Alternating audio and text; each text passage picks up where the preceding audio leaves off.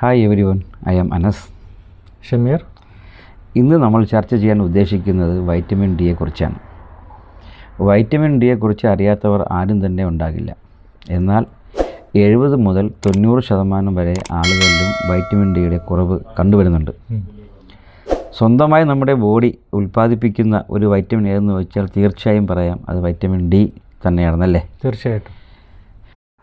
അമിതമായിട്ടുള്ള ക്ഷീണം, ശരീരത്തിൽ സൂചി കുത്തുന്ന പോലെയുള്ള വേദന, മസിൽ വീക്ക്നെസ്, മൂഡ് ചേഞ്ചസ്, അതായത് ഇടയ്ക്ക് ഡിപ്രഷനിലേക്ക് പോവുക, പിന്നെ തിരിച്ചു വരിക, നോൺ ആൽക്കഹോളിക് ഫാറ്റി ലിവർ, മരുന്ന് കഴിച്ചിട്ടും BP കുറയാത്ത അവസ്ഥ, ചില ആളുകളെ കാണുന്ന പൊണ്ണത്തടി, നിന്നെ ഉദ്ദേശിച്ചിട്ടല്ല, ഉറക്കക്കുറവ്, ബാക്ക് പെയിൻ, സ്കിന്നിലുണ്ടാകുന്ന അസുഖങ്ങൾ, ഓസ്റ്റിയോപൊറോസിസ്, പല്ല് പൊടിഞ്ഞു പോകുക, പല്ല് വേദന, ഓട്ടോ ഇമ്മ്യൂൺ ഡിസീസുകളായ തൈറോയിഡ്, ആർത്രൈറ്റിസ് പോലെയുള്ള അസുഖങ്ങൾ, ഇമ്മ്യൂണിറ്റി കുറവ്, ഇടയ്ക്ക് പനി, ജലദോഷം വരിക, കുട്ടികളിൽ കാണുന്ന റിക്കറ്റ്സ് എന്ന അസുഖം. റിക്കറ്റ്സ് എന്ന് പറഞ്ഞു കഴിഞ്ഞാൽ വിറ്റാമിൻ ഡി കുറവ് മൂലം ശരീരത്തിലെ എല്ലുകളെല്ലാം വളഞ്ഞു പോകുന്നൊരവസ്ഥ. തൈറോയിഡ് രോഗം കൊണ്ടല്ലാത്ത മുടികൊഴിച്ചിൽ. ഇതിൽ പറഞ്ഞ 3 ബുദ്ധിമുട്ടുകൾ നിങ്ങൾക്കുണ്ടെങ്കിൽ തീർച്ചയായും നിങ്ങൾക്ക് വിറ്റാമിൻ ഡി കുറവ് തന്നെയാണ്. വിറ്റാമിൻ ഡി എങ്ങനെയൊക്കെയാണ് നമുക്ക് ശരീരത്തിൽ ലഭിക്കുക എന്ന് പറഞ്ഞു കഴിഞ്ഞാൽ, രാവിലെ 10 മണി മുതൽ വൈകുന്നേരം 3 മണി വരെയുള്ള കൊള്ളുന്നത് മൂലം നമ്മുടെ ശരീരം തന്നെ വിറ്റാമിൻ ഡി ഉൽപ്പാദിപ്പിക്കും. ഇന്നത്തെ കാലാവസ്ഥയിൽ ജനങ്ങൾക്ക് പുറത്ത് വെയിൽ കൊള്ളുക എന്ന കാര്യം പറഞ്ഞാൽ വളരെ ബുദ്ധിമുട്ടുള്ള കാര്യമാണ്, അല്ലേ? എക്സാമ്പിൾ ഉണ്ടോ നീ അല്ലേ? കാരണം പ്രത്യേകിച്ച് ഞങ്ങൾ UAE-യിലാണ്. ഇവിടുത്തെ 10 മണിക്ക് ശേഷമുള്ള വെയിൽ കൊള്ളുക എന്ന് പറഞ്ഞു കഴിഞ്ഞാൽ ഒരിക്കലും നടക്കുന്ന കാര്യമല്ല. അത് നാട്ടിലും ഇതുപോലെ തന്നെയാണ്. അതെ. ഈ സാഹചര്യത്തിൽ പാടത്ത് പണിയെടുക്കുന്നത് വളരെ കുറവല്ലേ? അതെ, വളരെ കുറവാണ്. നല്ല ചൂടുമാണ് ഇപ്പോൾ നാട്ടിൽ വെയിലിന്. അങ്ങനത്തെ സാഹചര്യങ്ങളിൽ നമുക്ക് സപ്ലിമെന്റ്സുകൾ എടുക്കാം. ശരാശരി ഒരാൾക്ക് 30-ന്റെയും 70-ന്റെയും ഇടയിൽ വിറ്റാമിൻ ഡി ഉണ്ടെങ്കിൽ അയാൾ എടുക്കേണ്ട ആവശ്യമില്ല. മിക്ക ആളുകളിലും അത് 20-ന് താഴെയാണ്. അങ്ങനെയാണെങ്കിൽ എന്തായാലും സപ്ലിമെന്റ്സ് എടുത്തേ പറ്റൂ. നാച്ചുറലായിട്ട് നമുക്ക് സൂര്യപ്രകാശത്തിൽ നിന്ന് ലഭിക്കുന്നു, പിന്നെ വെജിറ്റബിൾസിൽ നിന്ന് ലഭിക്കുന്നു, എല്ലാവിധ ചെറു മത്സ്യങ്ങളിൽ നിന്ന് കിട്ടുന്നു. അതേപോലെ മഷ്റൂം കഴിക്കുന്നതിൽ വിറ്റാമിൻ ഡി നന്നായിട്ട് നമുക്ക് ലഭിക്കുന്നതാണ്. വൈറ്റമിൻ ഡി എങ്ങനെ നോക്കിയാലും 100% നമുക്ക് കിട്ടാൻ വളരെ ബുദ്ധിമുട്ടാണ്, അല്ലേ? അല്ല, വളരെ ബുദ്ധിമുട്ടാണ്.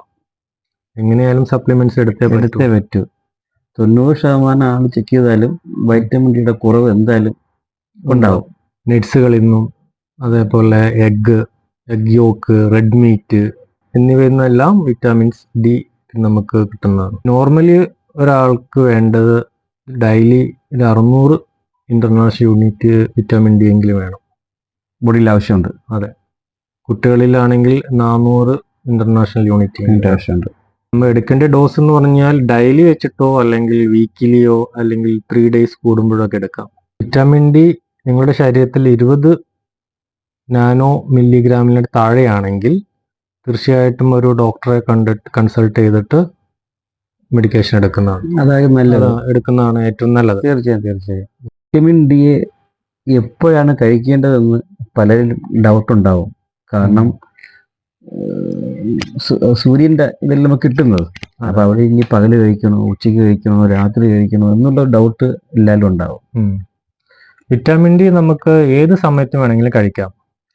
വിറ്റാമിൻ ഡി ഒരു ഫാറ്റ് സൊല്യൂബിൾ വിറ്റാമിൻ ആയതുകൊണ്ട് കൊഴുപ്പ് അടങ്ങിയ ഭക്ഷണം കഴിച്ചതിന് ശേഷം കഴിക്കുകയാണെങ്കിൽ നിങ്ങൾക്ക് പെട്ടെന്ന് അതിന്റെ അബ്സോർപ്ഷൻ നടക്കും. കുറച്ചുകൂടെ നല്ലതാണ് പറയാനുള്ളത്, അല്ലേ? അതെ, കുറച്ച് നല്ലതാണ് അത്. ഫാറ്റ് എന്ന് പറയുമ്പോൾ നീ കഴിക്കുന്ന പോലെ മട്ടൺ ബീഫ് അതാണ്. അങ്ങനെ ഒരുപാട് സംഗതികൾ മട്ടനും ബീഫും കൊണ്ടുവച്ചാണ്ട് കഴിക്കാനല്ല പറഞ്ഞത്. അത് അതിനെക്കാട്ടും വലിയ ആവശ്യാനുസരണം അല്ലേ? ആവശ്യാനുസരണം എന്തെങ്കിലും ഇപ്പൊ നമ്മൾ സാധാരണ ഭക്ഷണം കഴിച്ചാൽ തന്നെ അതിൽ തന്നെ അത്യാവശ്യം കൊഴുപ്പും കാര്യങ്ങളൊക്കെ ഉണ്ട്. അപ്പൊ ആ ഭക്ഷണത്തിന് ശേഷം കഴിക്കാം. ഇനിയിപ്പോ അഥവാ പിന്നെ നമ്മൾ അയ്യോ ഒന്ന് മറന്നുപോയി എടുക്കാന്ന് പറഞ്ഞു കഴിഞ്ഞാൽ എപ്പോഴാണോ ഓർമ്മ വരുന്നത് ആ സമയത്ത് എടുത്താൽ മതി. അങ്ങനത്തെ പ്രശ്നങ്ങളൊന്നും വിറ്റാമിൻ ഡിക്ക് ഇല്ല. നമ്മൾ കുഴപ്പമുള്ള ഫുഡ് കഴിക്കണം എന്ന് പറഞ്ഞ കാര്യം നാളെ മുതൽ മട്ടനും ബീഫുമായി കഴിച്ച് വൈറ്റമിൻ ഡി എടുക്കാനല്ല കേട്ടോ പറയുന്നത്, അല്ലേ? അതെ അതെ അതെ അതെ. ഒരു വിറ്റാമിൻ ഡി എന്ന് പറഞ്ഞതിൽ ഫാറ്റിൽ അലിയുന്ന ഒരു വിറ്റാമിൻ ആയത് കാരണം ഏറ്റവും നല്ലത് അങ്ങനെയാണ് എന്നാണ് ഉദ്ദേശിച്ചത്. തീർച്ചയായിട്ടും ഇത്രയും വിറ്റാമിൻ സപ്ലിമെന്റ്സുകളൊക്കെ എടുത്തതിന് ശേഷം നിങ്ങൾ വിറ്റാമിൻ ഡി നോർമൽ ആകുന്നില്ല എന്നുണ്ടെങ്കിൽ വിദഗ്ധരായ ഡോക്ടേഴ്സിന്റെ അടുത്ത് പോയിട്ട് ഒന്ന് ഡീറ്റെയിൽ ആയിട്ട് ലിവറിന്റെയും കിഡ്നിയുടെയും ഫങ്ഷൻ ചെക്ക് ചെയ്യണം. കാരണം നമ്മുടെ ശരീരത്തിൽ കിഡ്നിയും ലിവറുമാണ് അബ്സോർബ് ചെയ്യുന്നത്. ഇതിന് വേണ്ടിയിട്ടുള്ള മുഖ്യ പങ്ക് വഹിക്കുന്നത്. നമ്മുടെ ശരീരത്തിൽ അബ്സോർപ്ഷന് വേണ്ടിയിട്ടും ഡിസ്ട്രിബ്യൂഷന് വേണ്ടിയിട്ടും വലിയ പങ്ക് വഹിക്കുന്നുണ്ട്. വൈറ്റമിൻ ഡിയും ഒമേഗ 3യും ഒരു മനുഷ്യനെ സംബന്ധിച്ച് ഒഴിവാക്കാൻ പറ്റാത്ത ഒരു സപ്ലിമെന്റ് എന്ന് തന്നെ പറയാം, അല്ലേ? തീർച്ചയായിട്ടും. അതുപോലെ തന്നെ ചില ആളുകൾ സ്റ്റാറ്റിൻ ടാബ്ലറ്റ്സ് എടുക്കുന്ന, അതായത് കൊളസ്ട്രോൾ ടാബ്ലറ്റ് എടുക്കുന്ന ആൾക്കാർക്ക് ചിലപ്പോൾ വിറ്റാമിൻ ഡി കുറയും, അല്ലെങ്കിൽ നന്നായിട്ട് കുറയും. അതേപോലെ പിന്നെ കാരണം കൊളസ്ട്രോൾ ആണ് ശരിക്കും അതാണ് നമ്മളെ വിറ്റാമിൻ ഡിയെ ശരീരത്തിന്റെ മറ്റു ഭാഗങ്ങളിലേക്ക് എത്തിക്കാനും അബ്സോർപ്ഷന് വേണ്ടിയിട്ടൊക്കെ സഹായിക്കുന്നത്. അങ്ങനത്തെ ആളുകളിൽ വിറ്റാമിൻ ഡി കുറയാനും സാധ്യതയുണ്ട്. അതുപോലെ ഇത് എത്ര നാൾ കണ്ടിന്യൂ ചെയ്യണം എന്നുള്ള ഡൗട്ട് ആരെങ്കിലും വന്നുകൂടാതില്ല.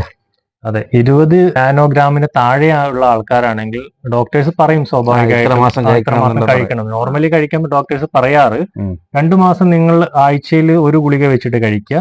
1000 ആയാലും 50 ആയാലും ആഴ്ചയിൽ അങ്ങനെ ഒരു 2 മാസം കണ്ടിന്യൂ ചെയ്തിട്ട് പിന്നെ മാസത്തിൽ ഒരിക്കൽ മാത്രം കഴിക്കുക.